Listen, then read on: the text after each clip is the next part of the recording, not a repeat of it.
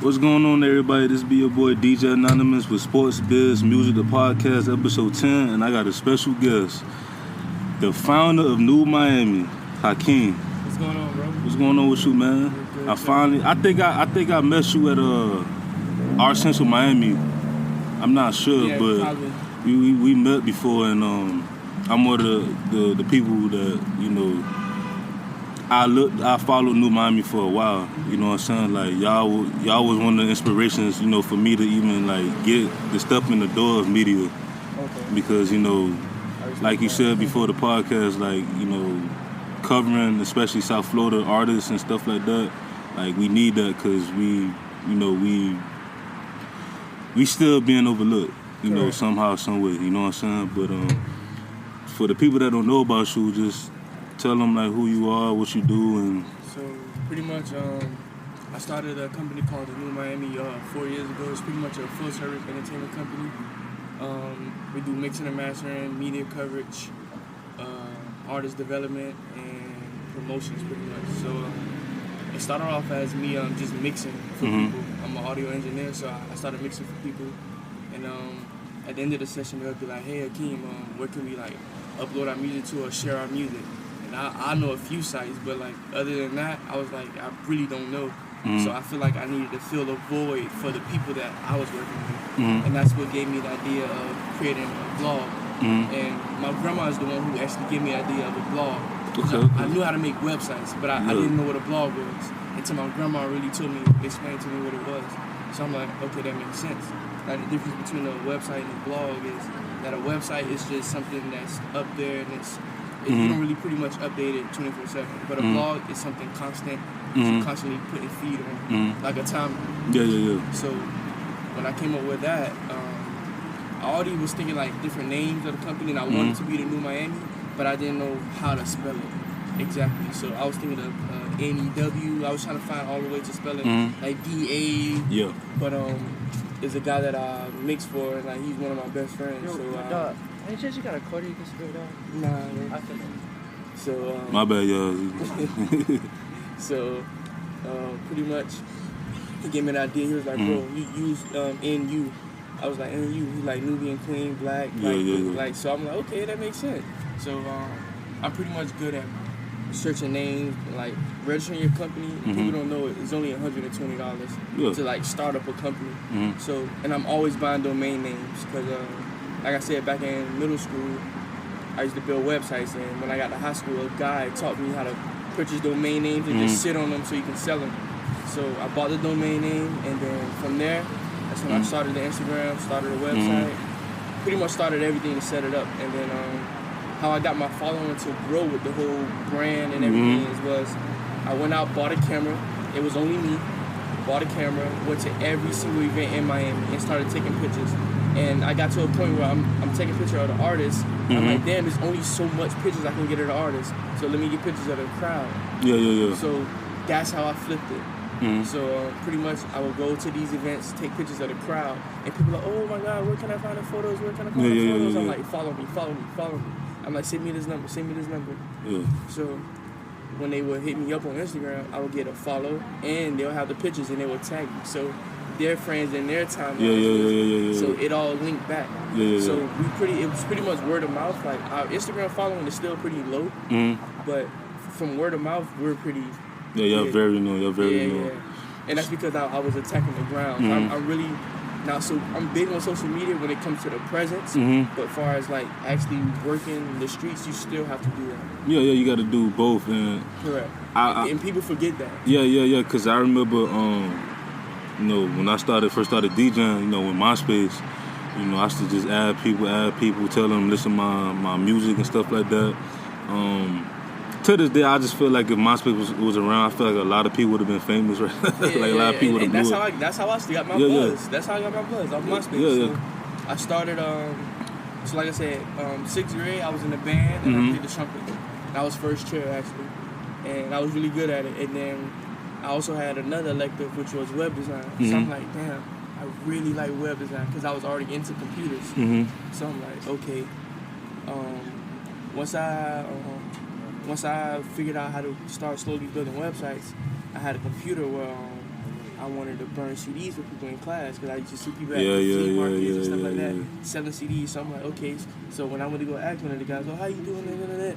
They always like batted me down, didn't want to tell me. So I'm like, damn, what's the big secret? So once I figured it out, my mom, she bought me a CD burner from Best Buy. I went in home, installed it on the computer, figured out how to configure it. It worked, and I started burning CDs from like LimeWire. And people would, in school would give me a list. I charged them $5, and then that's how I was making money in middle school. I did the same thing, selling CDs, and then in high school when they had like the iPods and the MP3s. Yep. So when I was in middle school, I was doing that, and that's when like Bluetooth and infrared first came out. So I was making ringtones like high quality, so it can be loud on any phone. And from there, that's how it started. So I started figuring out the computer, the web design, and then I started making MySpace layouts. So I got famous from making MySpace layouts for people like Iceberg, Young Fee, when it was like beefing. Yeah, I remember that. That's a lot of people. You know, hopefully one day I have on the show. Yeah. Just to, you know, because I followed it, you know, especially as a DJ. Correct. And it was one of them beefs that was like, it was real, you know what I'm saying? But at the same time, you was like, you don't want nobody to get hurt, but you was still interested in like the tracks. Like you was like, oh snap, Young Fee went off on Iceberg, and then Iceberg. The crazy part is, I'm really cool with Iceberg. Me and Iceberg tight. Yeah. And Young Fee, when Young Fee first video, this to Iceberg, I shot it in front of my crib. Like when I had to be like 16. Did Iceberg understand that though? No, I know he know the situation. Me and Berg are closer now than anything. But that was like in the beginning stages before I even knew Iceberg like personally. Okay. But once we connected, we already knew like everything. Like he pretty much knew who I was. Yeah. So he not sleep. Like. I mean, at the end of the day, like, it's like, I mean, what you supposed to do, like, you have your own grind and stuff. It's not, like, you're not trying to step on other people's shoes, but you just... Correct. Like, I'm not even in that. Yeah, you just like, man, listen, I'm just trying to help you, you know, you hit me up, blah, blah, blah, I'm trying to get this money, cool, you know what I'm saying? Like, so that's the thing, because what I used to do is I used to pass out flyers for free at school. Yeah. So he knew little kids at every school, and and I went to America, so he used to give me the flyers out there, pay me, and he like spread this around the school. Then when he would come like drop me off CDs or anything, and that's when I had bought a little digital camera. He was like, man, let's shoot it, let's try it. So, like he was the first person that actually gave me the opportunity. Like. Y'all cool to this day too? Yeah, man. Yeah, but I don't talk to him like that. But like he in LA, he doing his little thing. But yeah, cause like, you know, people that's not in the music like that, that's actually working. You know, they may say like, for example, like Iceberg. Like a lot of people say, man, Iceberg ain't really doing nothing right now. I'm like, Iceberg doing a lot. He reminds me of like a Pastor Troy, you know, Tech 9 type vibe. Like he's underground, but the man got his own shop and stuff. Same thing with Young Fee. Like Young Fee is traveling and things like that. Doing his thing. Like I honestly like I respect Bird because like he genuine, like no flaws. Yeah. Like he tell you how it is straight up. He talk to you like regular conversation. Like his brain open. He on the same thing we on. Like, so it's good to like know that he's still on that same level. He's still grinding. He's still trying to do his thing. Yeah, man. Cause like I look at Ball Greasy. Ball Greasy is another one. I like. He shouldn't have been blue when we was in high school. Now it's time. Yeah, but everything happens for a reason. And he garnered all his fans. Like his fans, he got a fan base. Yeah. So to go back to you, like your passion, your first passion was web design. That was like it was always music. Music, yeah, okay. It was always music, but I'm a technical guy, so like the computers really got me. So what was your inspirations when it came to music? Like who inspired you? Trick Daddy. Everybody. Shout out to Uncle Trick, boy. Yeah, Trick. Honestly, Trick. That's all I can say. And like I like R&B music. Yeah. So it would be probably. I'll say Trick, like Master P, because I respect the independent grind. Like, I understood that early, too. Yeah, because, I mean, we from the South, you know what I'm saying? So we had to grind, you know, more. I like Boosie, I like that type of stuff. But as far as me listening to music, my favorite artist is probably like R. Kelly. R. Kelly? He's a genius, man. Genius, man. R. Kelly, Mary J. I respect Jermaine Dupri. Because all this, like, the entrepreneur stuff like, he's done. That's pretty much, I like R&B music. Anything R&B. So R&B was like your first, like... Because my mom. We all grew up in the soul R&B, household. Like, my mom, growing up, she used to listen to a lot of Lauryn Hill. You know what I'm saying? Like... Even, Lauryn Hill. Of course, the Anita Bakers and them, but, like, when it came to, like, rap, but with, like, R&B and soul, like, Lauryn Hill was, like, the first one that she used to play every day, like all day, you know what I'm saying? Like then she'd have like a Keith Sweat would come in, and then Whitney Houston and stuff like that. And like as music geeks, we learned that even though we may listen to like hip hop and R&B more, but we are engaged in music, and whether it's rock, punk, all that stuff.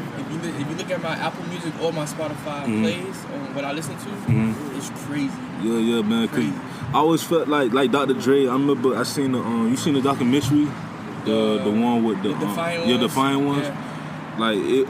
I always felt like Dr. Dre was like he was very like universal with the music, but like for him to listen to like these different bands and stuff like that, correct. And then you listen to his beats, I'm like you could tell like him, Pharrell, Jermaine Dupri, all of them like they was inspired by a lot of different sounds.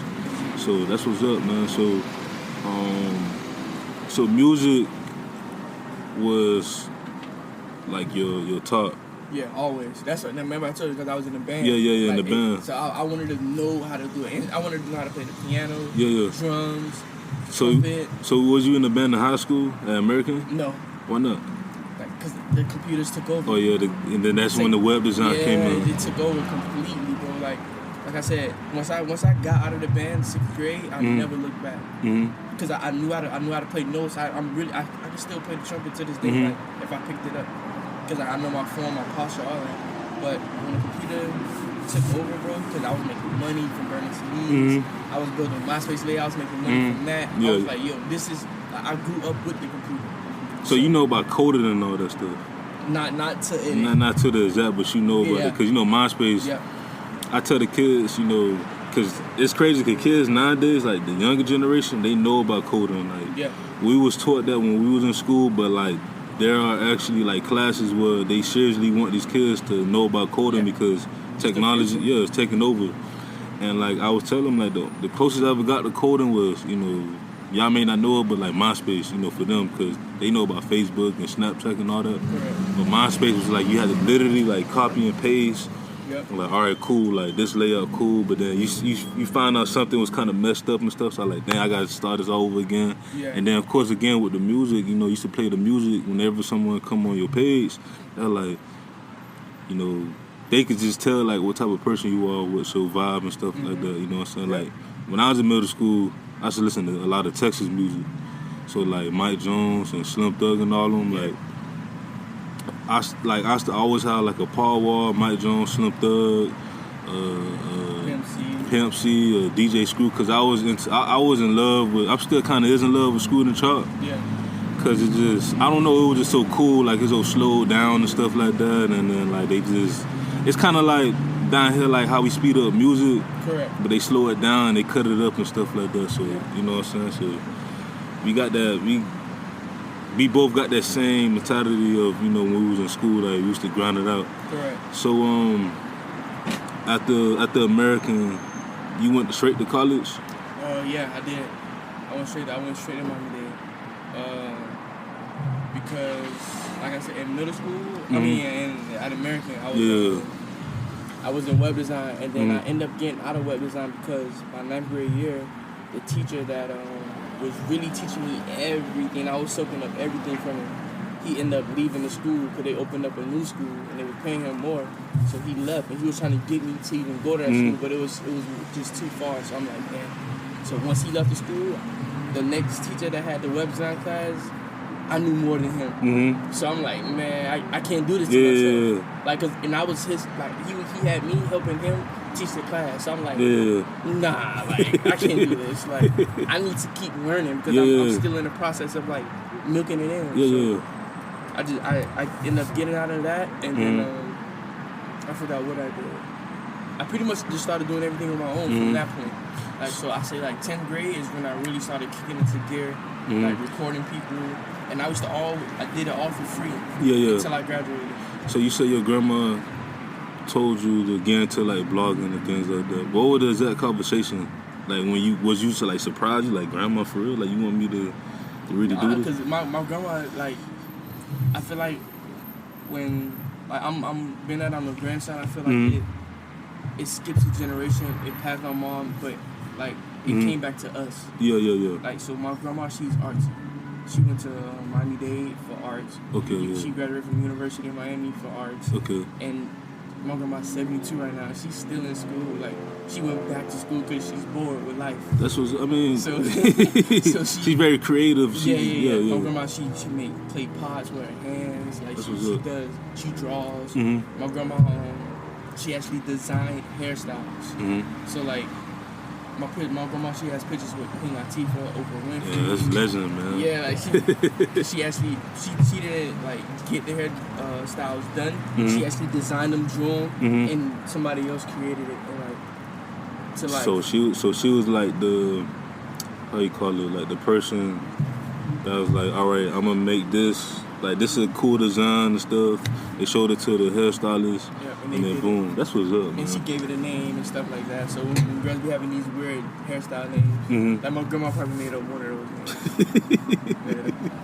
So she had a company in New York and Atlanta called Kimmy Kinks. Kimmy Kinks, that's what's up. And she used to go to all the like the Warner Bros. Hair convention. Yeah. All those. Okay, that's something that like the Essence Festival is. So she was all that. So she still do that? Like she still go to the. She like it was. She always was an entrepreneur. Okay, so she like retired herself. That's what's up, man. That's the goal, man. Like just retire myself and just do something else that I love, and then you know. So now my grandma, she went back to school, being at the computers, all right. Yeah. Like she learning Photoshop, she learning Illustrator, she learning how to do graphic design. So she's turning her painted art that she does by hand and putting it to digital and like bringing it to life on the computer. That's what's up, man. Damn. Yeah, it's that's crazy. What's up. So my grandma understands, like. So you still like, of course, you know that's a grandma. Like you still go to her for advice. You still go to her. Do you show her your work? No, she. I'm pretty sure she goes on. She checks it out because my grandma's always on Facebook. Yeah. She's old. Like she just. So she's on Facebook doing like checking it out. Because my website, everything is linked together. So my Twitter, my Instagram, everything's linked to my website, and it links to Facebook. So that's what's up, man. That's what's up. So, cause I'm still in school. I'm getting my MBA, my third degree, and I tell people like I love school, like you know, but not just for the books, but for networking. Right. So when you was at Miami-Dade, was that the place where you found your core, like your Actually, no, because I was already like doing it in high school, so it literally just followed me, and then I just got more like. I want to say no, but more people knew. Was aware. That's what I'm saying. Yeah. They were aware. They were like, "Oh, yo, that's the guy." Like, so I just pretty much, and I created the company in 2014. Yeah. TheNuMiami. So I was in college still, like. So with the NuMiami, cause it's a lot of people know about it. What was your whole goal when you first started the NuMiami? Blog. So you like we said earlier, you wanted to. Did you want to support local artists, or did you want to support local and find new talent? No, I only support local artists like South Florida because I feel like if I'm gonna fill a void, why would I attack something that's already been touched?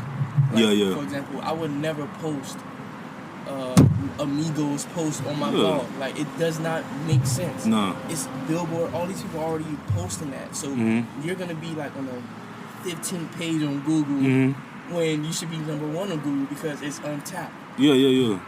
That's how I see it. So what was like your first like project with the company? Like who did you like interview or work with? It's crazy. My first event was a all rock event. Really? What was that? It was at Club Mecca in downtown Miami. They don't have that no more down there, right? Yeah, well, they still have it, but I think the name changed. Yeah, the name changed and stuff like that. But it was 2014 Club Mecca. It was an all rock event, and it was called Summer of Sharkface. Mm-hmm. And the guy Alex and a couple of his guys that do his graphics and everybody, they hit me up. Yeah. Because I was literally brand new to hitting the scenes and everything, and I was really blowing up on Instagram. Mm-hmm. And they reached out to me. And I was like, yeah, hell yeah, I'll do it. So it was me, and I had like 4 or 5 people with me at the time. And we all went, got media coverage. I had shirts. We would walk around going through the shirts. And we met a lot of local talent. And one of the guys is named Johnny Tiger. Very dope. And I don't know how to describe his music, but it's more like electronic rock. Okay. Like it's like, but he plays the beat pad live. Like he brings it to life. Like, so it was an all rock event at Club Mecca, Summer Sharkface. Do you still talk to them to this day? Actually, one of the guys hit me up because he wants to work with me now. Because the last event big event I did was a Trap Circus with Cardi B and all them people. I want to talk about that because when I found out that was the event, whoever did it was from the crib. It had to be. So and then 2, whoever did it, I want to talk to. I don't know, I just want to just pick their brain and stuff like that. So you was the one of the people that helped out with the event. Actually, I wasn't. But the thing is, with that event, the event, everything, whoever started that event, it was perfect. But I feel like it was just unorganized. I feel like it was their first event. I mean, it's their first. For their first event, for the acts that they booked, that's what I'm saying. The props, the stage, the sound, everything was perfect. It just was chaos. And that's me. I would say only the people visiting and just the audience, they probably would have never seen it. But being that I'm used to going to events and seeing how things run smooth. That event was not smooth. I mean, that's true because I know most events, first events, some fail, some may succeed, but it's still you still need more organization and stuff like that. But I felt like, I ain't go to the event, but I was the idea of it and having of it. No, that's what I'm saying. We need that. But that's what I'm saying. Yeah. Everything was perfect. It was just behind the scenes, it was just chaos. So anybody was walking on stage. Yeah. Just whoa, what's going on? Nigga, you got Cardi B and big names out here performing. It shouldn't be like this. It should be structured. At least I would. But how was it overall? The experience? No, overall. Did you meet anybody? That's what I'm saying. I pretty much, being that I'm on the scene. Yeah. I pretty much know everybody that was there, but I don't know who the people were running it. Okay. But I know I found my way in. I got my way in. I took hella pictures. I'm on stage. I made sure I was there. Yeah. That's what's up, man. Yeah. That's what's up, man. So to get back to the NuMiami.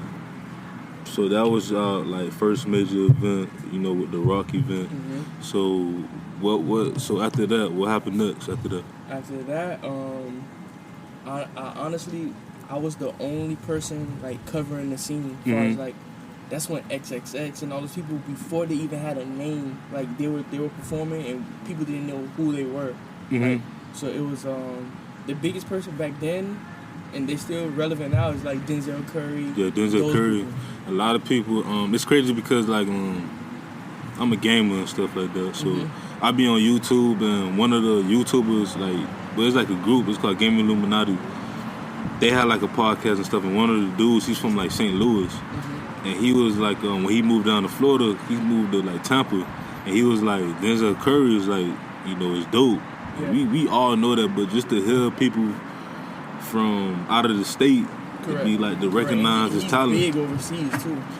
Yes, he is. Yeah, he's huge, but it was people it was very local, but nobody else was doing it. So what I did was, I took it upon myself to literally find out who's throwing all these events, and before they drop the flyer, get my logo on the flyer. That way, and I'll come out and do free media coverage, but my logo just has to be on the flyer. That way, when they see the flyer, they tie the flyer with NuMiami, but I never threw an event myself. That's smart, bro. Yeah. That's smart, bro. I never threw an event myself. I'm like, look, I'll give you guys free media coverage. Just put my logo on the flyer, and I'll help you promote it.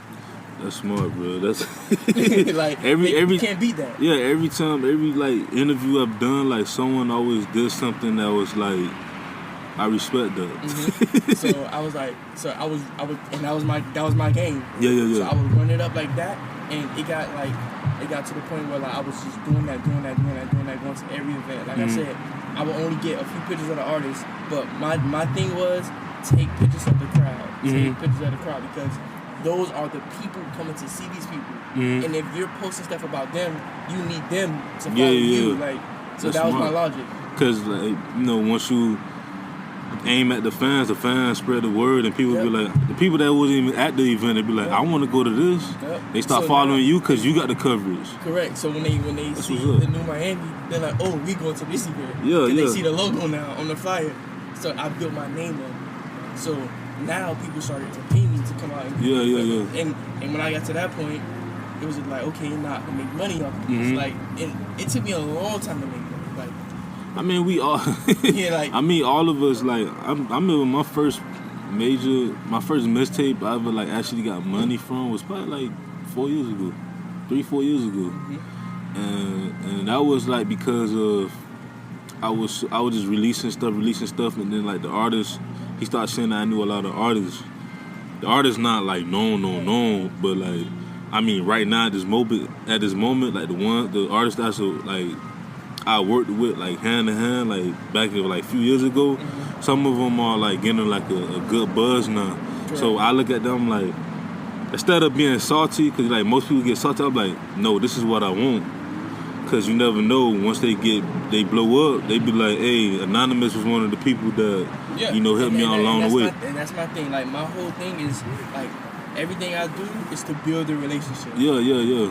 Everything I do is to build a relationship and never burn a bridge. That's why I do the podcast, because I'm like, I know so many people, but I can also reach out to people that I haven't, like with you, like, we know of each other, but I always wanted to be, like, I want to build this relationship with you, you know what I'm saying? Because I respect your grind, and, like, with the whole NuMiami movement and things like that, I'm like, one day I just want to just sit down and just conversate, and we doing it now. You know what I'm saying?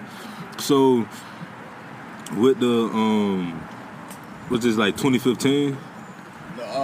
Like with the it started 2015 no 2014 now 2015 we doing the same thing, but now we getting to the point where it's like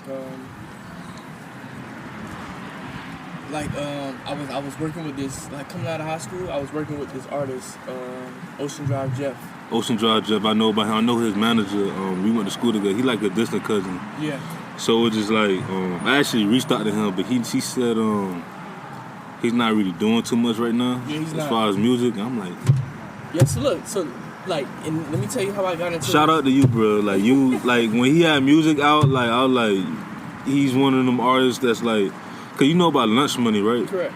Lunch Money, like, a lot of people don't even know he's from Miami. I'm like, it's a prime example of you can still work. I think Lunch Money, though, he kind of changed his lane a little bit. Yeah. To get to where he at, but ain't nothing wrong with that. Though. Yeah, he's still chilling. Yeah. He's still chilling.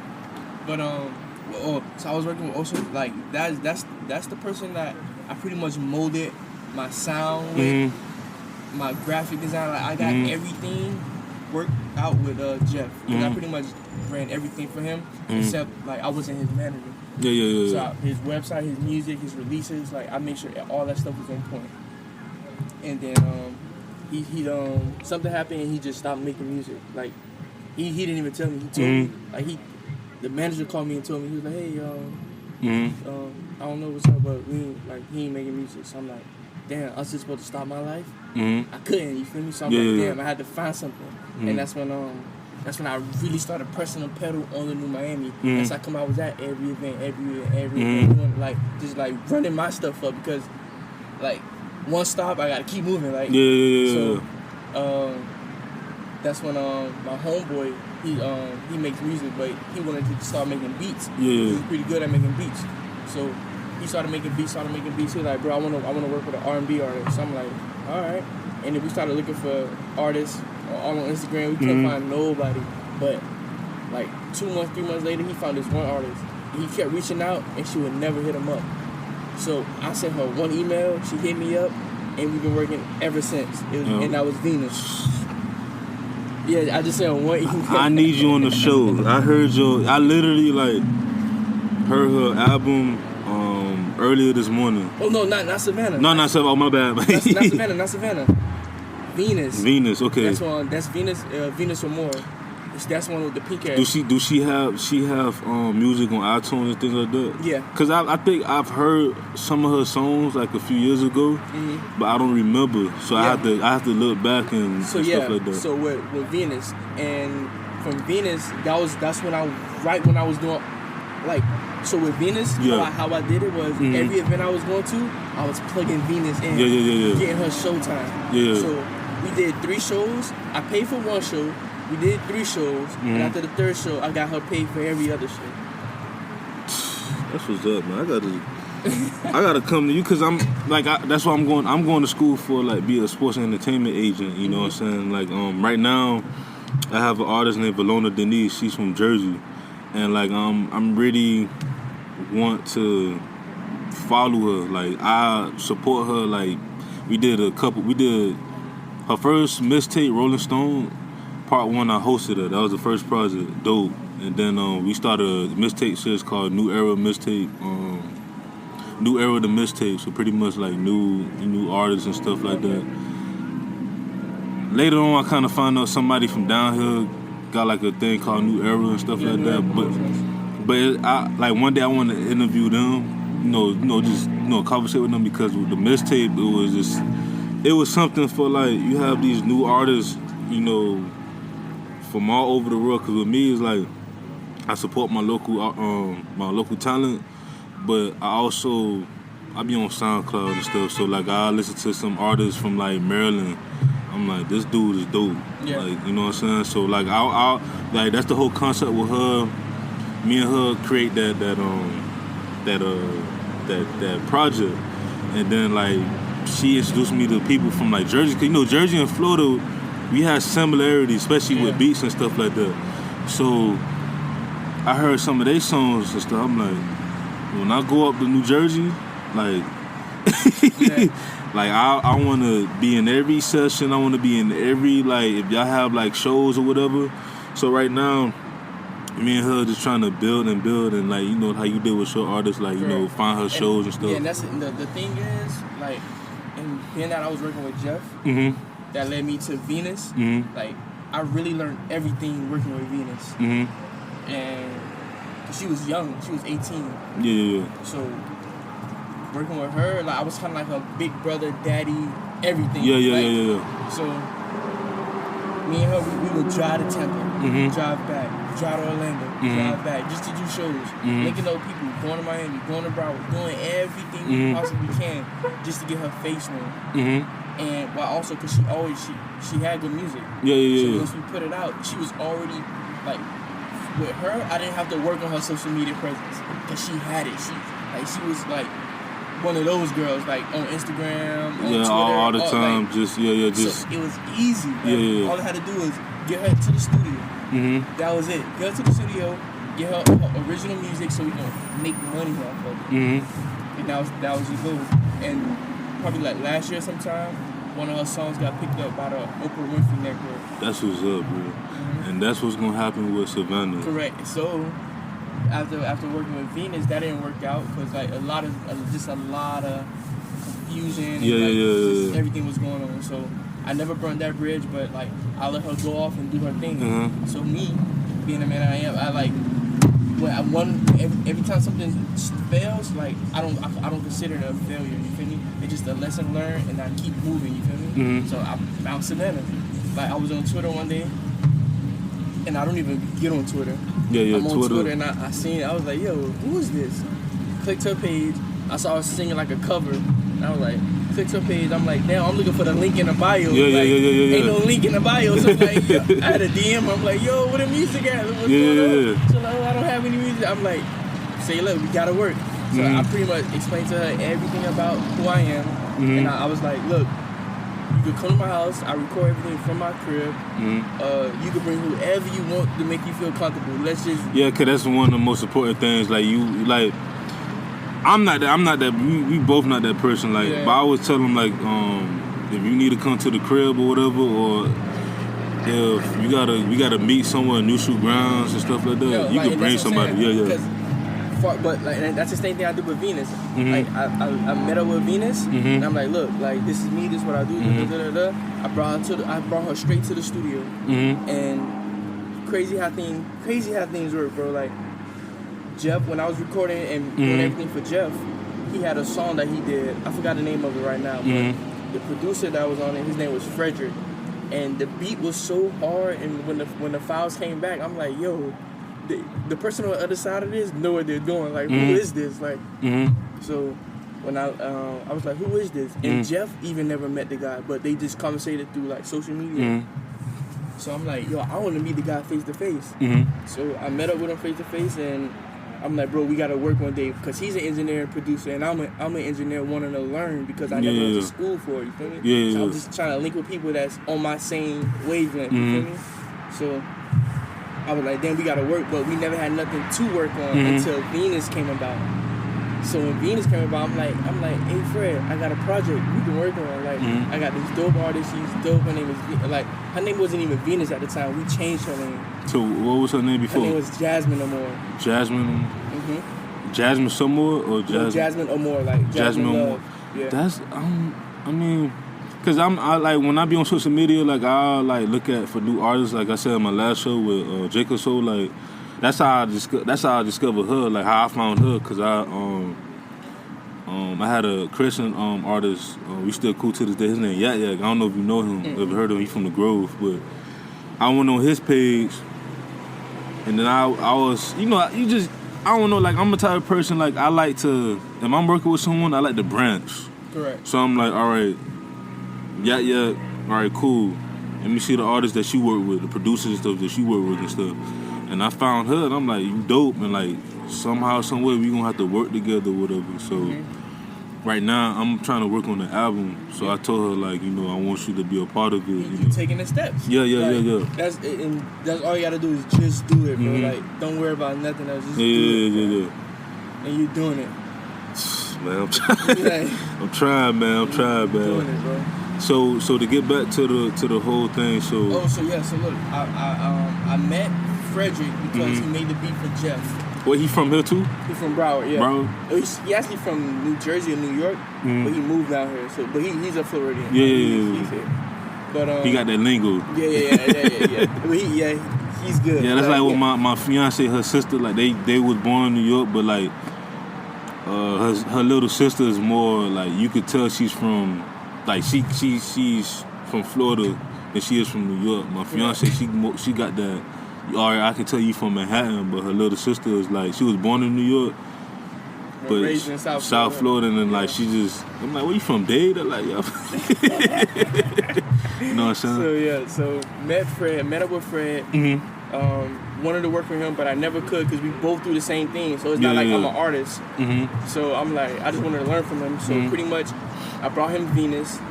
We started working with Venus. Every Saturday we had 12-hour sessions for like 8 months straight. That's what's up, bro. 12 hours? 12 hours. Like we was in the studio, crazy nights. Like I'm losing sleep. I gotta go to work at 5 a.m. Like just like crazy. And I'm putting all my eggs in like just trying to make her like pop like just all my resources. So we doing that. The thing is with Venus, we never even got to put out all the music we was making. We only put out like 4 songs, like on the like Spotify and shit like that. But we put out like. And how did people respond to her songs? Nah, she was popping. Yeah, she was popping. So you said that right now, like y'all still keep in contact, but she's just doing her thing and stuff. She's doing her own thing, but like I said, I never burn a bridge, and my thing is to always keep positive relationships. Yeah. Like, even though we don't work together, I like still check on her, make sure she good, like here and there. Yeah, cause like even with artists, like I said earlier, like artists that I still work with, like we used to talk like almost every day and stuff, just try to do different projects, like. they venturing out and they doing like incredible things, and I'm just right there in front of the computer, like Yeah. like I know him, like I knew him when we was, you know what I'm saying, like, but we like whenever like, you know, we getting older now, so people, you know, we all getting married and stuff, having kids and things like that. So whenever I see that, I always make sure I hit them up and like, you know, congratulations and stuff. You know, even like birthdays and things like that. That or shit like, matters, bro. yeah. So like, I always felt like there's always a time when that time to, you know, circle back and start working. And I feel like, well, not only with my podcast, but also with a project that I want to work on with the album, and also with the mixtapes I have. You know, with Valona, it's just that circle. Like I'm just going back to the people that you know I worked with before and stuff like that. That's your little outlet. Yeah. So I like to go in like chronicle order and stuff like that. So 2016. Cause I don't want to touch Savannah yet. No, so I want to go to 2016. happened in Savannah. So what? So it's like I'm an instant big fan. Like it's crazy. Like cause she only had like 9 tracks on her project. I'm like, I wish it was more, but you know, I understand nowadays. You know, a lot of people attention spans is not as. The thing is, you drop small projects, but you have to drop consistent music. So like you drop a project, you got to throw a couple singles in there on SoundCloud just to get like something. Then boom, drop another project. Being that you don't have a packed project, then you could split that and drop 2 projects in that year. You feel me? So what happened in the whole like 2016 with everything with NuMiami and with yourself? So between 2014, 2015. 2016, even last year, like it's been hard for me to like keep a solid team. Like I've been trying to find a solid team since I started. You feel me? So now I got to the point where currently, last year, 2017, I found 3 solid people that's like solid. Like they're on board, like ready to go. So can you say names or no? Yeah, I can. So name the 3 people and why they, you know, are part of the team. All right, so in the beginning, I was just trying to put people on. Yeah. On my team, like not even giving them a title, not even giving them a direction. Just like I needed people to be with me to get shit done. Not being business structured with it. Like So I was doing that, and everything was just unorganized. So after that little phase went out, I found more I got more organized a little bit. So I started the Google Forms, and then I found these 3 interns. And they was working with me, and like they still working to this day. One passed away because he used to go to FIU. Something happened with him at FIU. He got shot at FIU. A little Spanish kid named Zaldua. And him and another kid named Alibaba. They were my photographers. Okay. And my first intern, who I really made a part of my team, was Vanessa. She was 18 at the time, and she found Zaldua and Alibaba. So they all went to FIU? No. Oh, okay. Zaldua went to FIU. Alibaba, he didn't go to school.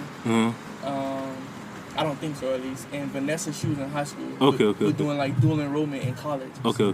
So, I found them. I found her. She found them at a Mick Jenkins concert.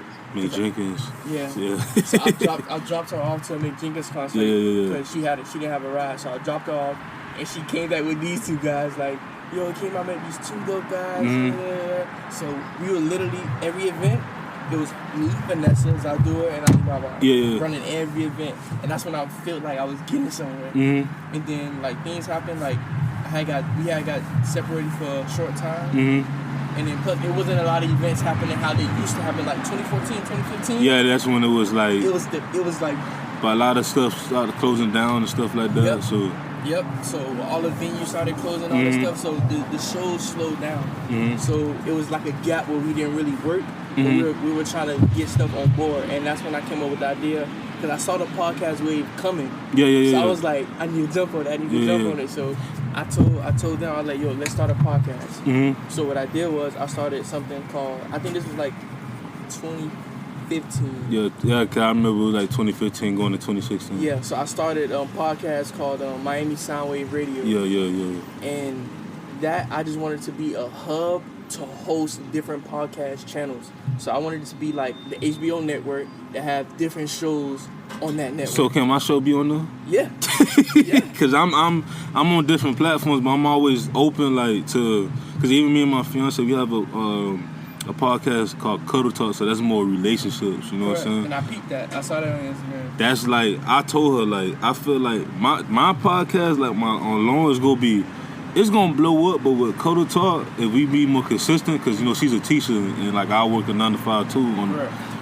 If we could be more consistent, at least record at least once a week, like that podcast could be golden. Like we could. So that's the thing. So I came up with the whole Miami Soundwave Radio because what I wanted to do is, like I said, I wanted to have a hub where channels, you can click to a different channel and listen to a different type of podcast on that channel.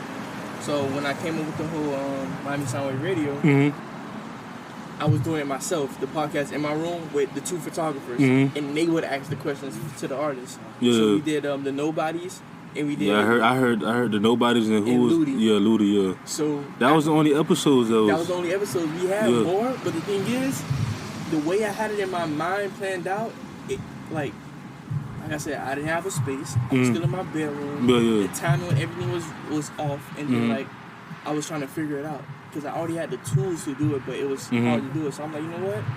I need somebody else to do this.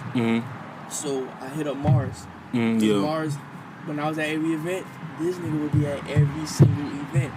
Mars be traveling. I think he was in LA. Yeah, he stay in LA. He's staying in LA now. So let me. He came. I'm like, we was outside of the event, and I called him. I'm like, Mars, bro, look, I need you to start a podcast. Like, I'm telling him this. He was like, bro, I don't know about that, bro.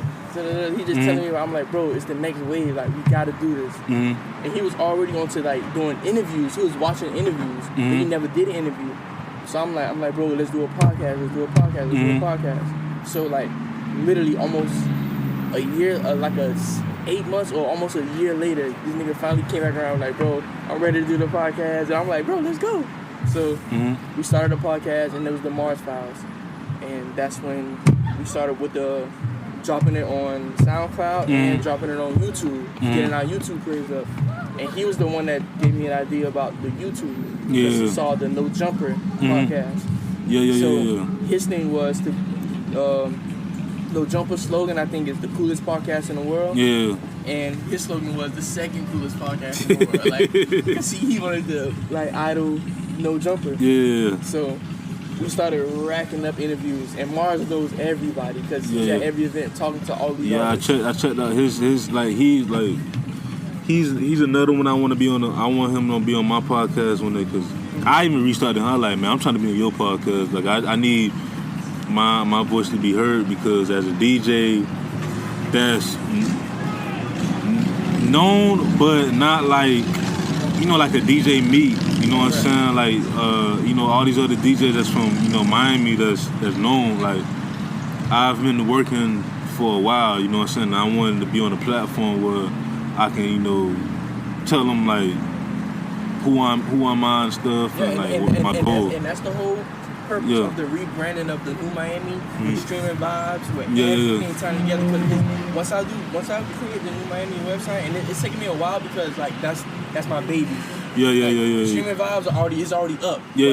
What I'm doing is I'm working now because I want to launch it next month. So I've been doing interviews since last year, like stacking them up, written interviews. I want to have written interviews. I don't want to do just like a post. I don't want to repost what people's already posted. I want to get my own content, my own photos, my own interviews, my own, like, so it can be like, damn, I want to be on this website. Like, Cause like I even told my fiance, like, I want to get a camera for our show, for my show, and just like it's the visuals, you know what I'm saying? Cause like I told myself I'm gonna wait like 10 episodes for each of the podcasts, so this will be on YouTube as audio. But soon, you know, as I get my own space, like as far as like a studio, or whatever, I want to have the visuals and stuff when I'm interviewing everybody. You don't have to wait. Just set it up in your room, bro. Bro, literally, if you go on my YouTube channel right now, every episode that we did for the podcast of the Mars Files is in my bedroom, which you can never tell. And you can see my room grow, literally, from the first episode to the last episode where we shot it in my room. Yeah. From the equipment, from the desks that I bought, like everything started to build up slowly, bro. So, with the Mars Files, because I mean, podcasting been around for a while. It's just, cause you remember in school, in our English literature, we used to have to listen to these podcasts. Yeah, but it was that's what I'm saying. I knew about podcasts, but I felt the wave coming again, like because of the culture, like you have the whole streaming. Yeah, like the streaming, like. We was like, not only we could do visuals, but we could be audio, like ESPN First Take, my favorite show, like on like sports show. Like that's why I get some of like my inspirations from doing interviews. It's from like Stephen A. Smith and Max and Skip Bayless, even though he's on Fox now. Yeah. You know what I'm saying? With Shannon. And like I'm like, I could be a good interviewer, but I'm like, I don't really like to talk like that. But I've noticed when I conversate with people, like how me and you like conversing right now, I can bring out a lot, and they could do the same for me, and it could be like hours of conversation and stuff, and like doing the conversation, you just learning new things and stuff like that. That's what I mean. Any idea I come up with, I make sure I have the name for it. Yeah. Like if like the whole Miami Sound Wave, like I didn't take off with it, but I made sure one, I got a domain name. Two, it's like the Instagram, the Twitter, everything is me. So that way when I'm ready, I can pop off. You feel me? Yeah. Cause like even when I made the two podcasts, like I want a name that stick out. So whenever you put in, cause John and Sederi presents Cuddle Talk, but even if you put Cuddle Talk, they're like, oh, okay, that's their podcast. But Sports Biz Music, you don't hear that. Yeah.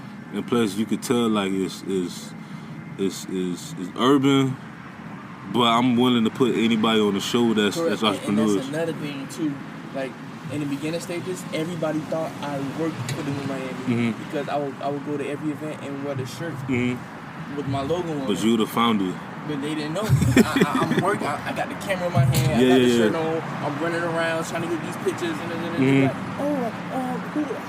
can I get into it? I want to work for the NuMiami. I'm like, it's me. Like, it's only me. Like, and people still to this day. That's why my whole thing was not to put a face on my brand because I didn't want people to prejudge it. You feel me? Yeah. And people, so to this day, people still don't know. So when they see me, they're kind of shocked. They're like. But I'm like, that's what's up, bro. Cause like, you really like, even though we the same age, I'm actually older than you, probably like a few months. When your birthday? I just turned 25, so December 22nd. So you a Capricorn? That's what I'm talking about, bro. We out here, bro. We working, man. Cause I just turned on 26 on the 7th of January, so we working, man. But I'm like, just the platform that you created, like I'm like. And he's from the crib, you know what I'm saying? I like, this is inspiration. Like this will make me like. And that's the thing too. Like I said back then when I was trying to burn the CD, and nobody would never tell me. Once I found out, I told everybody how to burn the CD. How to do it, because I'm like, I hate that feeling of rejection. You feel me? So like, anybody ask me something, I'm telling them exactly how to do it. Because at the end of the day, I'm still me. Like I'm gonna get it out the way I want to get it out, but you're gonna take it and do your own thing with it. Like, and that's I always understood that. You feel me? And that's my point, because I was talking to who I was talking to. It was an artist I was talking to. I think it was Jessica So in the last podcast, because there was a few artists that I had spoke to in the last episodes. But I tell them like, and Andre too with the clothing line with Most Vows.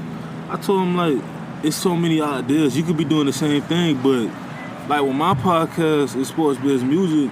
I'm directing not with just music, but also with the athletes, with not even just the athletes, like people who own like sports stores or got other sports radio and stuff. Like I'm breaking it down, you know what I'm saying?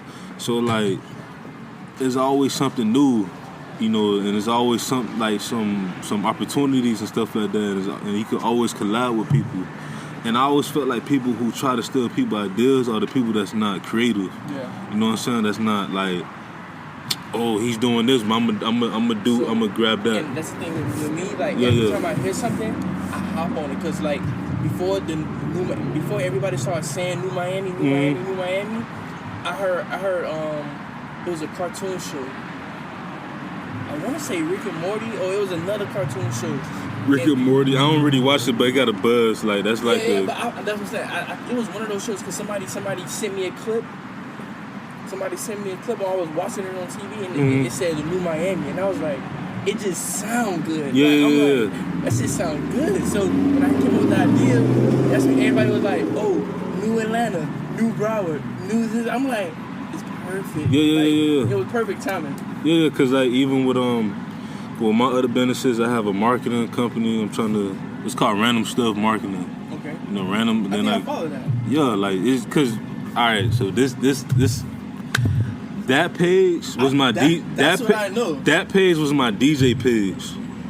I went through a hiatus for about a year, so I was like, I love marketing. I love like just sharing people's stuff and stuff like with different shows and stuff like that. Like different, like when people do a show and stuff like that, or like when people got like new clothing brands coming up. I like to support, especially from like the hometown. You know what I'm saying? So I like. This is gonna be the marketing page. I deleted everything. This is gonna be the marketing page, and then the DJ page, it was like brand new. So then, before I took the year hiatus, I was on a roll. Like I started meeting new people and stuff. I was starting to like do this and do that. I was like, I need to take a step back because at the time I didn't know how to, deal with it. Because I'm like, tomorrow I can blow up. Correct. You know what I'm saying? So I was like, I'm gonna do the marketing. And then when I did the new DJ Anonymous page, that was like, where you been at? Like the people that really, cause you could tell the people that really mess with you. Yeah. I'm like, bro, like where you been at, bro? So like I had to explain to people that I took a break. I had to take a step back. I had to look what I was doing wrong. And through that whole time, I created the marketing. I created the clothing brand. And you took the hiatus? Yeah. Like me, I would say I took a hiatus too, but that's what I didn't really take a hiatus, but that's what caused me to rebrand the NuMiami because people were asking, like, anytime somebody asks a question and it's not up front, something's wrong. You feel me? Like if they ask you a question, they should already know the answer. Yeah. So when people ask me, "Oh, what is it that you do?" Like it didn't hurt me to like tell them. But I'm like, if they're asking me this, it's not clear enough. It's not clear enough. So I need to make it clear, like.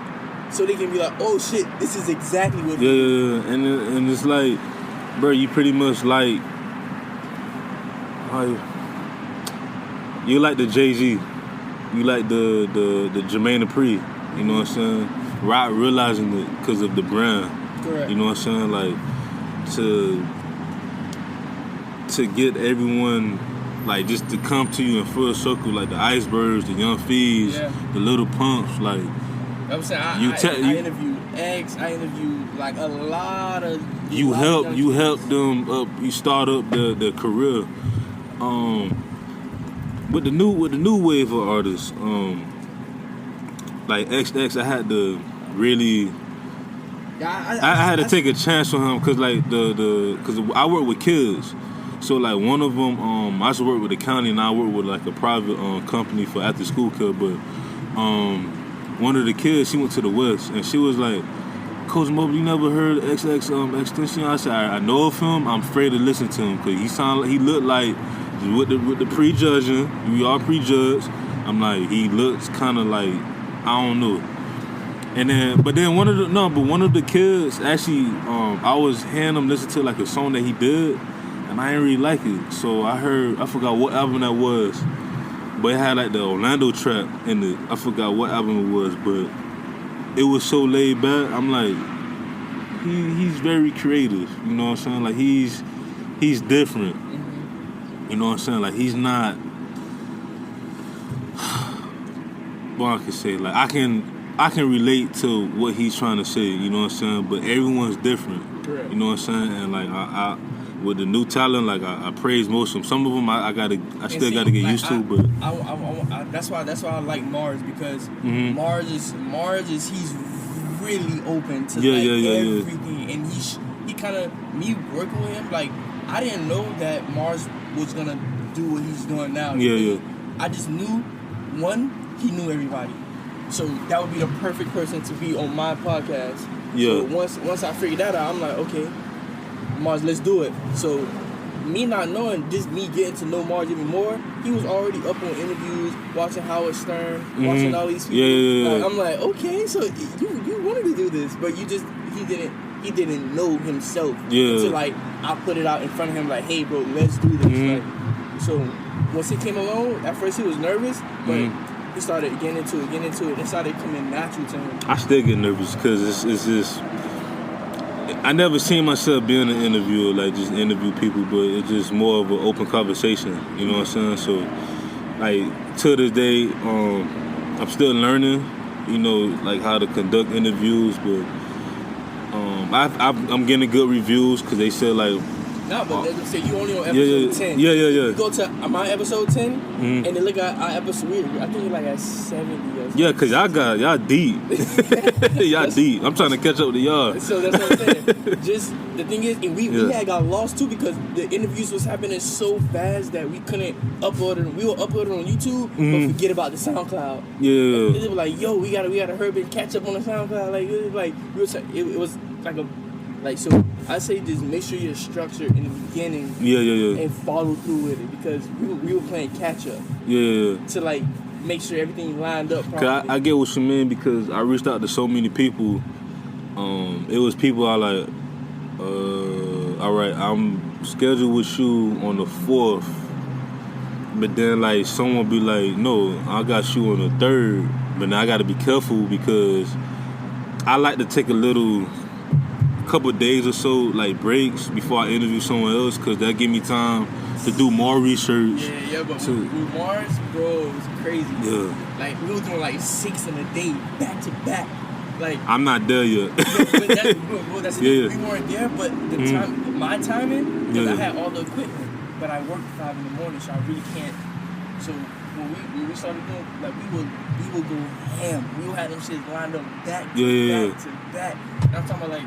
It's like 10 people, 14 people in my crib sometimes. Like, I'm like, yo, we gotta start making a limit. Like, Yeah. Because I'm like, yo, like, we in the room. I don't want them outside of my living room. Just like, so we had to cut it to a limit. Like, but we were going ham, bro. Like, it was something we were doing back days. They had like 10 interviews already. Yeah.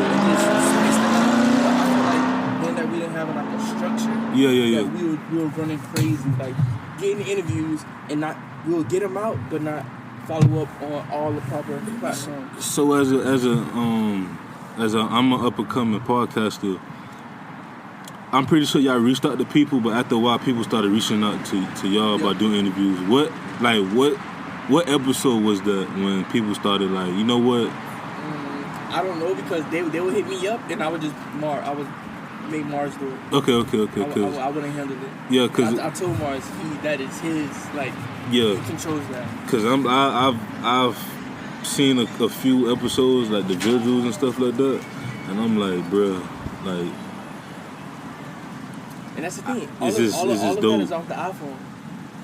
Every episode on the iPhone. So she had like a stand with the iPhone. No, we had a phone and like a couple books behind the phone to keep the phone up. And we just put it on airplane mode. Put it on the front face camera. Yeah. Did y'all ever have to travel to interview someone? Like you'll see the room once the room started changing, like the scenes completely. That's when we had to like travel.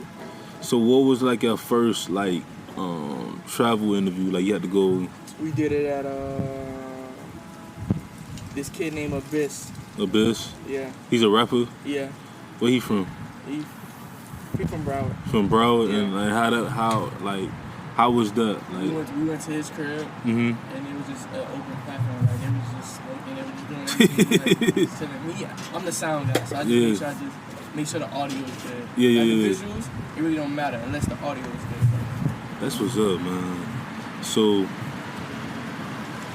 what are the plans for NuMiami for like I want to say that for a little bit, like in about a few minutes, but what do you see NuMiami doing this year? This year? So for the for the last 4 years, my whole thing was to always get a space for my people to come and work. Yeah. So just this month, I got the space. So it's been 4 years. How was that process, like, to get a space for the... Actually, it happened. Yeah. Like, my grandma moved to Jacksonville, and the house that we have in Miami Gardens is paid off. So me and my sister moved into it, and we pay my grandma. We just pay the taxes and whatever. That's what's up. And my grandma take care of everything else. That's what's up. The house paid off, so we pay my grandma, and it's our house pretty much. That's what's up, man. So I turned we had a den. I turned the whole den into the studio. Like when people come sit down, play the game, you can record, you can do anything in there now. That's what's up, man. So what was like your favorite moment throughout the years as, you know, the owner of NuMiami? Like, what was that moment that was just like you can never forget? Honestly, I'm pretty humble. So everything that something big happens, I'm like, it could be the smallest thing, but it's big to me. You feel me? Like working with Bird. I worked with Zoe Dollars before. Like the thing is, I'm just trying to incorporate everything that that I do as myself under my brand. So mixing and mastering, that's what I do. That's the service that TheNuMiami provides. I got the promotions and advertisement, like with the whole Google ads. I'm pretty good with SEO and like the whole. So yeah, we're gonna be doing business very soon, man. Because I'm thinking about just starting a website for the podcast, because it's growing. It's growing. So it's just like I'm on all these platforms, but now I need to have my own website so people just click on and everything directs back to you. That's the whole point when starting a business, is to get everything to direct back to you. And my whole thing is being that everything is going digital, I'm trying to stay like above the curve, and like I want to do like digital distribution for like local artists and make sure like I help them get their music to a certain point. And that's a service that I want to incorporate into the company, because I'm already doing mixing and mastering. I'm already doing the media coverage at different events, so people can hire me to come to their event, take pictures, run it up, get videos, get photos, and make the event look bigger than what it really was, or is, or even if it's a big project, it's just coverage. You need coverage, and on a local scale. Yeah, because I feel like, you remember back in the day they said, what's that channel? Video Mix. We don't really have that. They still here though. They still here, but we don't have that that want to. I guess because of YouTube and everything, but I still feel like, at the end of the day, TV not going nowhere. Yeah. You know what I'm saying? But that's the thing. That's with this whole streaming thing too. Is like that's why I'm trying to stay above the curve, because July 1st of this year, they're not selling CDs anymore in the stores. What? Best Buy is not selling CDs. When you heard that? It's on the news. You can look. You can Google it. July 1st, 2018, there are no more CDs being sold. I mean, it makes sense because of like streaming and things like that. Because you don't even have. It don't make no sense. So with that coming up, like, I'm trying to be like, okay, so what can we do? Because with streaming, I pretty much learn from the people that's doing it. Like, I don't really like the Migos, but I learn and watch. Wait. Finish what you were saying, then we could talk about that. Okay, I don't blame you, but so like I don't really like the Migos, but I listen to them because one, I'm an engineer, and I need to know like how this shit is cutting through the mix when it's coming through the radio. I just want to hear how their producer and their engineer are making it sound like that. So their whole little camp, I just watch their camp and I see how they're doing. They're dominating the they working, man. But that's the thing. It's like digital trapping. They're not selling albums. They're just dropping the music on Spotify, Tidal, whatever. And so many people already subscribe to those services that when they play it, their friends play it. They're connected. It just and everybody's playing it, and they dropping so much music that you have to stream their music. Yeah. And the playlist, all those new Spotify playlists, like Rap Caviar, all those, like, that's the new radio station. Because your shit is not getting played on a radio station. But your shit will get played on a playlist. Yeah, cause like I noticed that like shout out to my boy Cam. I don't know if you ever heard of Oats. It's a clothing brand based down here. So he pretty much have it's called Over a Trillion Serve. It's the clothing brand. So on iTunes he create a playlist like every week. So and that's to help it. He's smart. You know why? Because people are gonna follow him on his playlist. His playlists are gonna have so many followers that he could be like, yo, I could charge you X amount of dollars to put you on my playlist. Yeah. Guaranteed this amount of streams per week. Yeah. That's smart. Because I thought about doing that. I like, because when I first started working out, like I named my playlist Sports Biz Music. So I'm like, people could subscribe to that. Yeah. Right? I seen. I'm like, bro, like. So people, that's what I'm saying. You could take over with that. So people don't understand. Like, it's so much opportunity. That's why every time I wake up, I'm like, I get this joy because I'm like, it's something new. And that's my whole thing. Like, I'm trying to just link with people that's like on the business side of things and like try to figure out how we can use like the tools that's already out there to like jump off of pretty much, like, because it's not like we can't recreate Spotify. No, we can't. Like, so we gotta use Spotify to its advantage. Yeah, and it just somehow create something like even brand new. Because I feel like to link with the Spotify. Yeah. You feel me? So that's still like creating the playlist. Yeah, but that's still crazy. I can't believe that because like I remember they brought back vinyls and like the actual cassette tapes, but they getting rid of CDs. But so now, when you make a CD, it's kind of like a collector's item. So if you sell it off your personal website or like something like that, but they're not gonna be in the stores. If y'all heard that, because I got an idea for that, I'm gonna try to buy as much CDs as I can. Yeah. So 10 years from now, I'm gonna be like, I got this. How much you want for it? You know what I'm saying? I'm selling on eBay. Yeah, for like. Cause you'll be surprised, like think of like all the classic albums that came out the past 3 to 4 years, like the J. Cole's and Kendrick's and stuff like that. Yep. Like, and that's our that shit still wrapped. Yeah. Plastic, you feel me? Yeah. So what are the goals 5 to 10 years from now for the company? Honestly, I just wanna like I said, be like the go-to company for like the South Florida region for entertainment. So when it comes to artist management, development, media coverage, I want to take over like completely. Mixing and mastering. I want to get a whole group of engineers underneath me to like actually create a brand or company to like really be out here testing these people's mixes because people don't care about the music anymore. They just like tossing that shit out there. And I feel like that stuff still matters. I mean, quality still matters. And that's another thing. Because I talked about this with Valona because I actually had her on the show. It's a thing where, all right, you come out with an album. For nowadays, you come out with an album, and then after the album, you can still come out with singles and probably like an EP or a mixtape, and then drop an album probably like the year after. Because you remember back when we was growing up, the album could last 2 to 3 years. That's what I'm saying. That's what the Migos doing. Migos just dropped the album last year. They dropped another one this year. Yeah. And they doing it every year at the top of the year. But why? Because I'm not going to lie. When I ain't like the Migos at first, but then they started to grow on me. Because they're dominating the market. It's not that you don't like them. I mean, it's not that you like them. It's just... They're dominating the market. That's the only thing they're playing. Like, on every playlist, on every, like, they're in rotation. You hear me? So you have to like... Yeah. I feel like people like Gucci Mane and like Jeezy and like T.I., even Trick Daddy, like, they started that. You know, they started that trend where most people don't listen to me. Okay, I'm a not force it on people, but I'm just gonna work and just release it. You know what I'm saying? Especially Gucci Mane. Gucci Mane is like, he used to release stuff every week. Yeah. But, you know...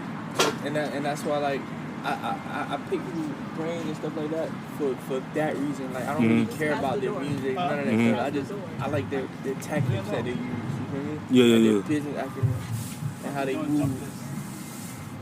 So I like, before I end the show, because that's one of the questions I like to ask, but who are your top 5 artists that you grew up listening to? And for you, since you're in the media, top 5 artists that's like of all time on your list, and not necessarily a top 5, but like the artist that's up and coming from Florida. Alright, so I can do the up and coming from Florida. Right. I got 12 because I work with him and his music. 12 where he's from? From Kansas City. He's like on major platforms. Yeah. He's pretty big. He's pretty big to be still local. You gotta text me his name. So 12 Lynn. I got my artist Savannah. Yeah, Savannah should be number 1. Yeah, I got Savannah. Yeah. Who else? Locally, I like this girl from Tampa. Her name is Betty Doll. Like her aesthetics, everything about what she does to me is just like she's creative as fuck. Her shit is quality, and she know what she wants. So her name is Betty Doll.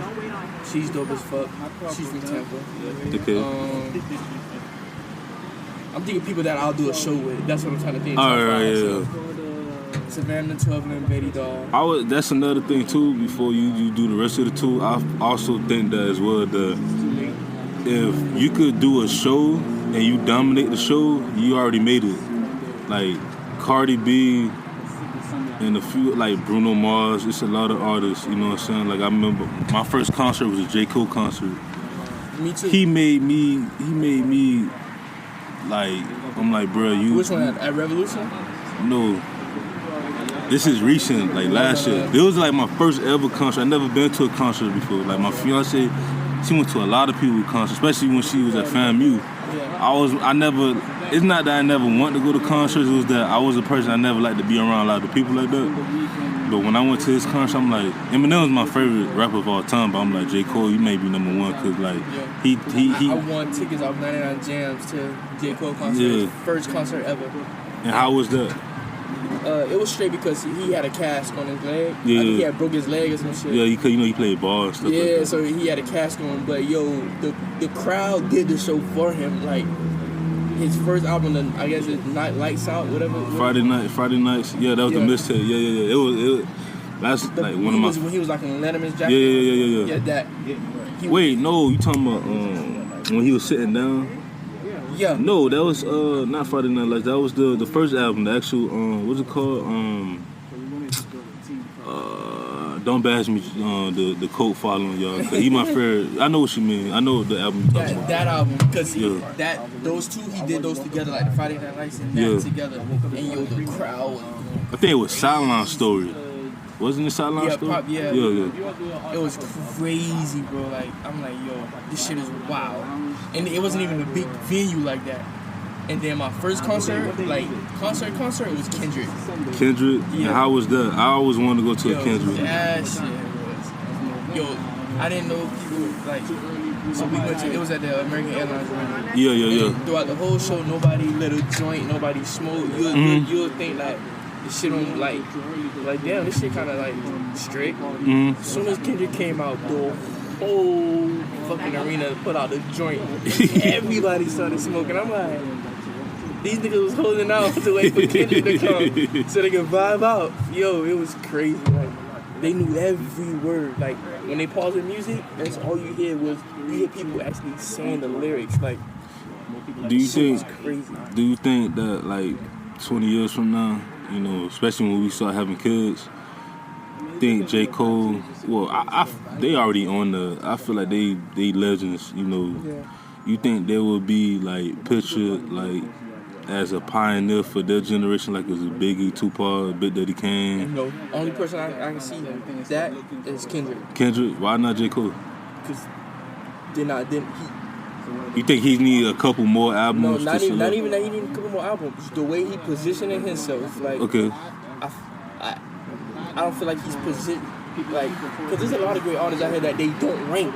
Yeah. So I feel like he would be one of those that you know he's good as fuck, but they just don't rank him. Like, they don't keep him up to that high regard. He's in his own category. Just like when I speak about Drake, I feel like it's gonna be Drake and Kendrick. Yeah. That's it. So, do you think they the way they're building their persona and how they embody themselves, they creating that persona of like a Michael Jackson. They're actually doing that. I kind of put Drake where Snoop Dogg at, because Drake is worldwide. He's worldwide known. Like he's universal known. Yeah. Like Snoop Dogg. Kendrick too. Yeah, Kendrick too. But I'm just saying, like, Kendrick is, when you think of Kendrick, you just think of him as an artist as far as like a rapper. Drake is like, he did everything. Snoop Dogg did everything. And that's what I like about Kendrick. Because you can't say that about Kendrick. Kendrick never been in a movie, but look at his videos. He get actors to act in his videos, which is a movie. You feel me? Like the Black Panther, like the whole that whole soundtrack is live. So he's cutting corners, but still ending up on the big screen. Yeah. He don't have to be an actor, but he made the soundtrack for the movie. Yeah. Like, come on, like that's. What more can you ask for? Like, that movie gonna be played so many times. It's already made X amount of dollars. Yeah. He did the soundtrack. That's licensing. That's money. Yeah. Like, a lot of people don't realize that once you get in like movies and stuff and they get replayed, like he's gonna checks every day. Like even with shows, like I remember the Wayans brothers. They say half of their money they make every year is because of the Wayans brothers, like the show. Yep, because they get reruns. Yeah, so it's like syndicated. Yeah. So before we close out the show, the two other artists. The other two, I like K. Charles. K. Charles. Yeah, you gotta look him up. And K. Charles, Savannah, 12, Baby Doll, and somebody else from Florida. That I really brought. You know who I like? I like Tokyo. What's her name? Tokyo Trainer. From Jacksonville. The tall skinny girl? Yeah, from Jacksonville. No, Tokyo Jet. That's her name. She from Jacksonville. Yeah, but she signed with T.I. She dope, bro. Like, she dope. I like. She's one of them. I feel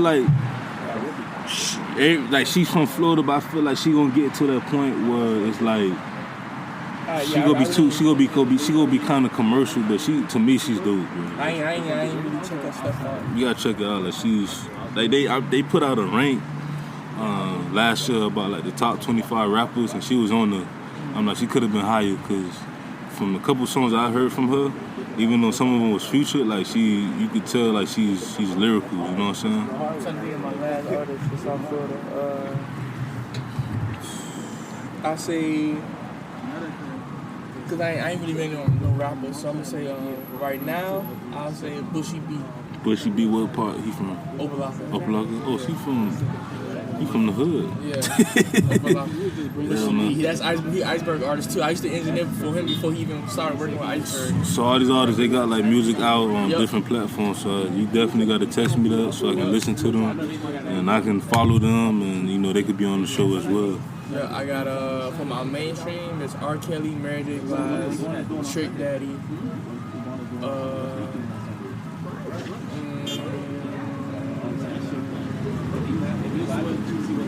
Alive. I'm gonna do Alive. You could do Dead too. Aaliyah. That's another question. Do you think Aaliyah would be where Beyonce is at if she was still alive? I think she'd be better than Beyonce, because at the end of the day, it was the team behind Aaliyah.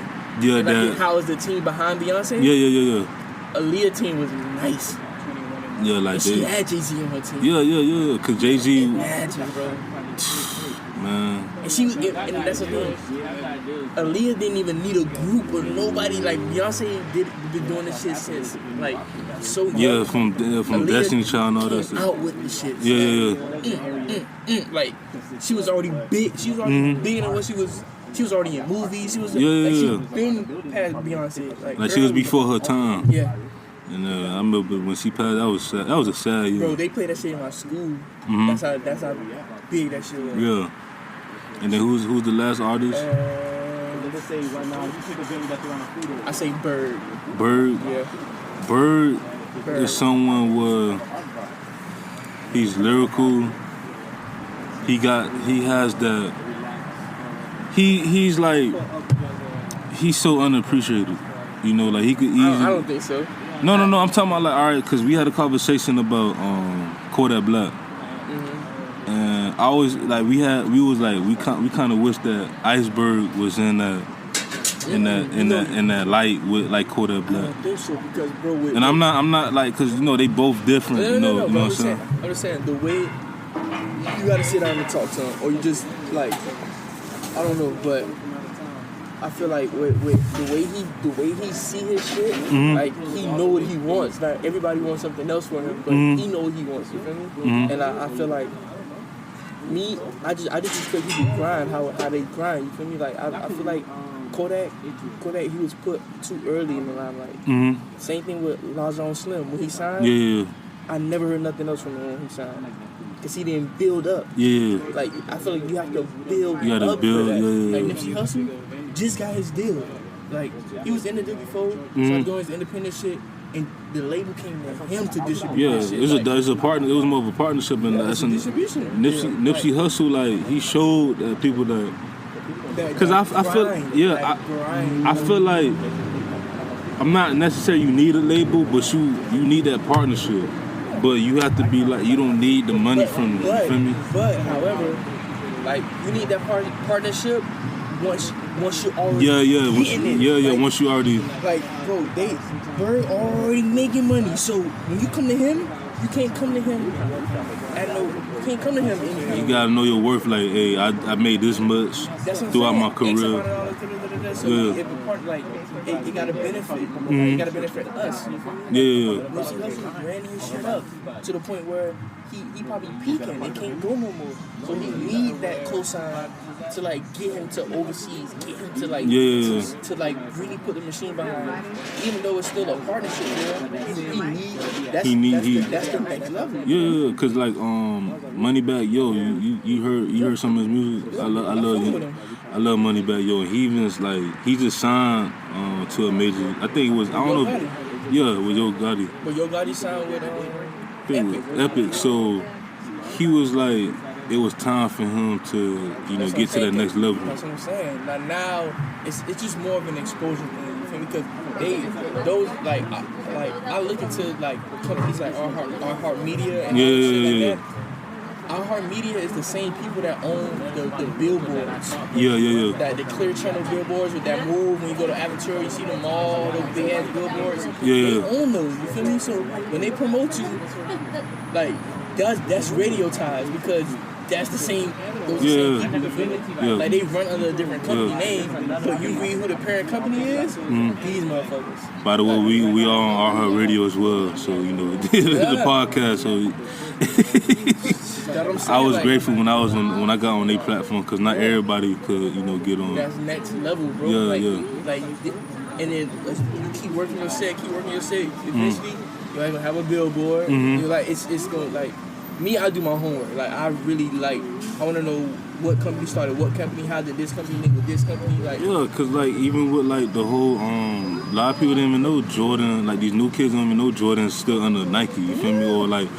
Def Jam is on under, I believe, who it is? Def Jam is Universal. So it's like, I was that kid, and I'm still like that. I still like do my research. Like it used to be the 5 major labels, and now I think it's like 3. Yeah.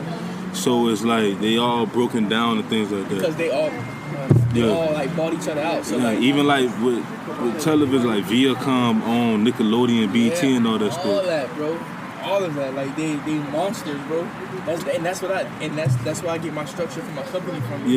I'm like, I gotta learn from the people that's already doing it. You feel me? So like, when I came over to NuMiami, I'm like, okay, boom. And then once people start asking questions, I'm like, all right, let me structure it differently. So I came up with Streaming Vibes. So Streaming Vibes can be the blog and the promotional company, a division under the NuMiami. Miami Soundwave is the podcast division, like broadcasting under NuMiami that has these channels. That's what I'm trying to do right now. That's what I'm in the process of doing. So don't forget about us, bro. Yeah, I'm not, bro. Don't forget about us because with Sports Biz Music and with Coda Talk, it's going to be. And that's the thing. So right now I got a new podcast that I'm launching. It's called Florida Selects.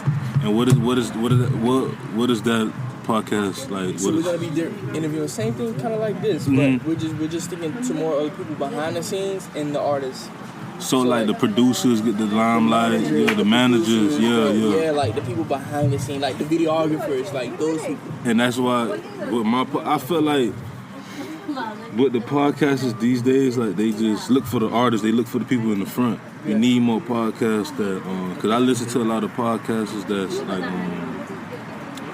like that's business, like so they'll interview like the assistant to the assistant to see how it goes, and like at the end of the day, that person is doing investments. You know what I'm saying? So you want to interview them on how and that's what I mean. Another thing, like when I go out to the events, like I always look for the person next to the person. I never look for the person. You feel me? Because they know as much as that person that's in charge. So like I'm like when I go somewhere and I'll probably see whatever Rick Ross, but I'm looking for the nigga next to Rick Ross, like who he keep, like who was like runner, who his like right hand is. So I'm like, okay, boom, I gotta get to him. So when I get to him, I know it's gonna get to him. Like at least it's a person that close away from the person that you're trying to get to. Because I heard Rick Ross on Brilliant Idiots with Charlamagne with his podcast, and he was talking about the process of like owning the franchise, because that's something else I've been wanting to do too. Like I want my own businesses to grow, but there's nothing wrong with like having like a couple chains of Taco Bells and stuff here and there, cause like that's that bad. Like Warren Buffett always say, if you want to invest in something that you always love. Like this man investing in Kool-Aid and Lunchables, like Warren Buffett, and like he's a billionaire because he took time to be like, all right, I'm making money from this broker that I work for. I think his dad owned a broker, his dad was a broker, he had his own company and stuff, and he worked for him for a while, and then he owned it, and then he got into like trying to invest in other entities. So he was just like, I own 20% of Lunchables, I own 20% of Kool-Aid or whatever, because I even know the more stock that you own in the company, you start becoming an owner, you know what I'm saying? So it's just like, that's why I try to encourage people too as well, like, do your own thing, but there's nothing wrong with, like I tell my fiance, you love Pandora, like the bracelets, you love Victoria's Secret, someday in the future try to work towards being a shareholder or becoming like a 5%, 6% owner, because that's still a lot of money coming in, and you can still put in like your name, like your opinions into like, all right, I want this, I want that. You know what I'm saying? You gotta go through the board. You're a part of it. Because at the end of the day, I always tell people we have our voice. Our voice can be heard. We just have to just keep working. Don't let too much things distract us, and just enjoy life, man. There's so much opportunities out there. That's what I mean. Like me, I'm just saying that every day, day by day, what's going on for the NuMiami next is just, I want to keep taking Savannah to the next level, because like she's one of my main priorities. But I also work with other people, not under my brand, but from like an extended thing, because I don't just want to secure myself or just keep myself working with only just Savannah. You feel me? So I work with other artists as far as like when it comes to mixing and everything, but like Savannah is like my priority. That's your golden child right there. Correct. You know what I'm saying? Any shout outs, anything before we close out the podcast? No, not really, just be on the lookout. We're still in NuMiami, still doing our thing. We got streaming vibes popping. Well, we're gonna officially launch it next month, but it's already up. You can check the website out, streamingvibes.com. That's where everything is gonna be for like promotional advertisement, for like the blog. The NuMiami website should be up soon, or back up soon, and that's gonna be where you're gonna be able to purchase our services, see what we've done in the past 4 years that we've been in the company. It's everything. Okay, sure. Well, this been your boy DJ Anonymous with Sports Biz Music, the podcast with Akeem, the founder of NuMiami. Remember that we Sports Biz Music is also on Audio Boom, Stitcher Radio, Radio Public, iTunes, coming soon to SoundCloud, to YouTube. We also on Stitcher Radio. We on everything. I gotta write this down this time. But this been episode 10, and we out.